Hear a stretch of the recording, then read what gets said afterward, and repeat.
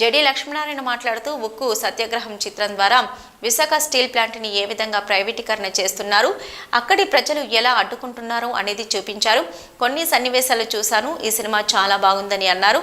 అందరూ సినిమాని ఆదరిస్తారని, విశాఖ స్టీల్ ప్లాంట్ ప్రైవేటీకరణ కాకుండా ఉంటుందని కోరుకుంటూ ఈ సినిమాలో నటించిన అందరికీ విజయం దక్కాలని అభినందనలు తెలిపారు. రియల్ కథానాయకుడిగా యాక్ట్ చేస్తే ఉద్యమానికి ఊపిరి పోసినటువంటి పాత్ర ఎంత ధైర్యంతో కొన్ని నిర్ణయాలు తీసుకున్నాడంటే ఆయన ఉద్యోగానికి ఐపీఎస్ పదవికి రాజీనామా చేసినప్పుడు కూడా ప్రపంచం అంతా ఒక్కసారి చూసింది. అంతకు మించి ఎన్నో చేశారు ఆయన. చాలా వరకు పబ్లిసిటీకి దూరంగా ఉంటారు. సార్ మీరు రావాలని ఇప్పుడే విజ్ఞప్తి చేస్తున్నాం. స్టీల్ ప్లాంట్ మీరు రియల్ గా అమ్మాలని ఒకవేళ నిర్ణయించుకుంటే మేమే కొంటాం ప్రజల తరపున అని కూడా కోర్టుకు వెళ్లిన మహానుభావుడు ఆయన. అంతేకాదు ఎన్నో త్యాగాలు చేసిన కుటుంబాలని ఆదుకోకుండా నువ్వు అప్పుడే ఎలా అమ్ముతావని ఎదురు తిరుగుతున్న ఒక అభిమన్యుడు.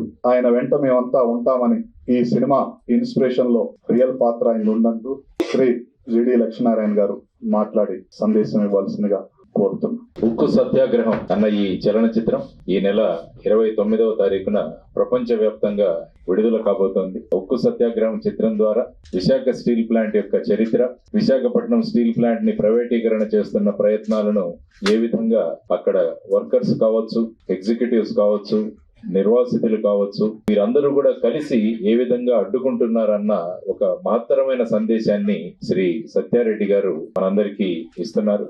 ఈ రోజు ఈ చిత్రాన్ని కొద్ది భాగం చూసే అవకాశం కూడా నాకు కల్పించారు. చాలా ఇన్స్పిరేషనల్ గా ఉంది సినిమా.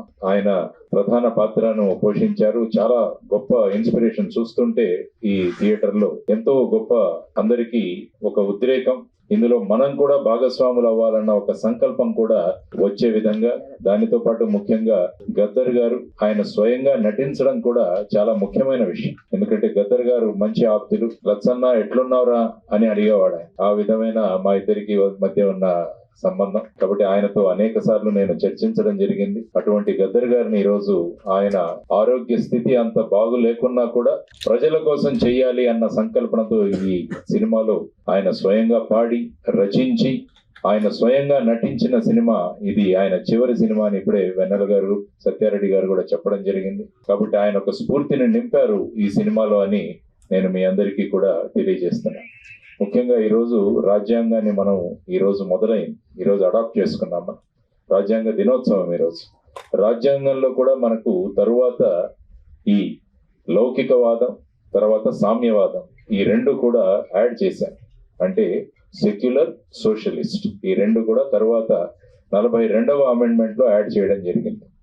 కాబట్టి ఈ రోజు ముఖ్యంగా నిన్నే సుప్రీంకోర్టు కూడా ఈ రెండు ఏవైతే యాడ్ చేశారో 42లో అవి ఈ ప్రియాంబుల్లో పీఠికలో ఉండాలని చెప్పి వారు కూడా నిర్ణయం ఇవ్వడం జరిగింది.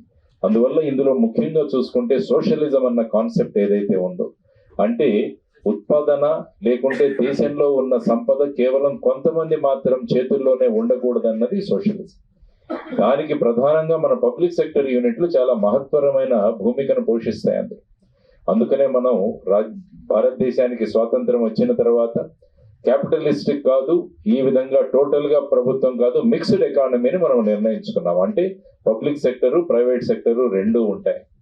ఆ విధంగా చేసుకుంటున్న సందర్భంలో మొట్టమొదటిసారిగా భారతదేశంలో ఒక పోర్టు ఉన్న ప్రాంతంలో స్టీల్ ప్లాంట్ పెట్టాలన్న సంకల్పన చేసిన తర్వాత ఆ స్టీల్ ప్లాంట్ ని మిగతా రాష్ట్రాలు, తమిళనాడు కావచ్చు, కర్ణాటక కావచ్చు, వాళ్ళు వాళ్ళ ప్రాంతాలకు తీసుకువెళ్లాలని ప్రయత్నం చేసిన సమయంలో అక్కడ అమృతరావు గారు అనే ఆయన గుంటూరు నుంచి వచ్చి అక్కడ నిరాహార దీక్ష చేయడం, ఆ తర్వాత విద్యార్థులు పెద్ద సంఖ్యలో పాల్గొనడం, ఆ తర్వాత మొత్తం అది కేవలం విశాఖపట్నానికి మాత్రమే కాదు, మొత్తం ఉమ్మడి ఆంధ్రప్రదేశ్ లో కూడా 32 మంది ప్రాణత్యాగాలు చేసిన సందర్భంలో చిట్ట చివరిగా ప్రభుత్వానికి విశాఖపట్నంలోని ఈ స్టీల్ ప్లాంట్ ఏర్పాటు చేసుకోవాల్సిన నిర్ణయం అప్పటి ప్రధాని ఇందిరాగాంధీ గారు తీసుకున్నారు. ఖచ్చితంగా మీరందరూ కూడా ఆదరిస్తారని మనస్ఫూర్తిగా తెలియజేసుకుంటూ, అందరం కలిసి ఈ విశాఖపట్నం స్టీల్ ప్లాంట్ ఎప్పటికీ ప్రైవేటీకరణ కాకుండా ప్రభుత్వ రంగ సంస్థగా ఉంటూ లాభాలలో నడిచే విధంగా ప్రభుత్వాలు నిర్ణయం తీసుకోవాలని చెప్పి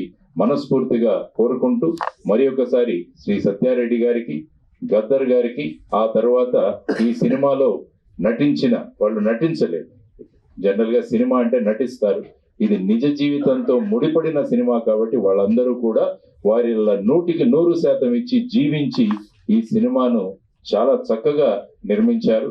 కాబట్టి మీ అందరి తరపున మీడియా ద్వారా ప్రజలందరికీ నేను చేస్తున్న విన్నపం, ఈ చలనచిత్రాన్ని ఖచ్చితంగా వీక్షించండి, మీ యొక్క అభిప్రాయాన్ని తెలియజేయండి. విశాఖ ఉక్కు ప్రైవేటీకరణ కాకుండా ప్రభుత్వ రంగ సంస్థగానే కొనసాగించే విధంగా ప్రభుత్వం చర్యలు తీసుకోవాలని మీరందరూ కూడా గొంతు విప్పిన రోజు ఖచ్చితంగా అది జరుగుతుందని నేను ఆశిస్తూ మరొకసారి శ్రీ సత్యారెడ్డి గారికి అభినందనలు తెలియజేస్తూ ముగిస్తున్నాను. ధన్యవాదాలు. జై హింద్.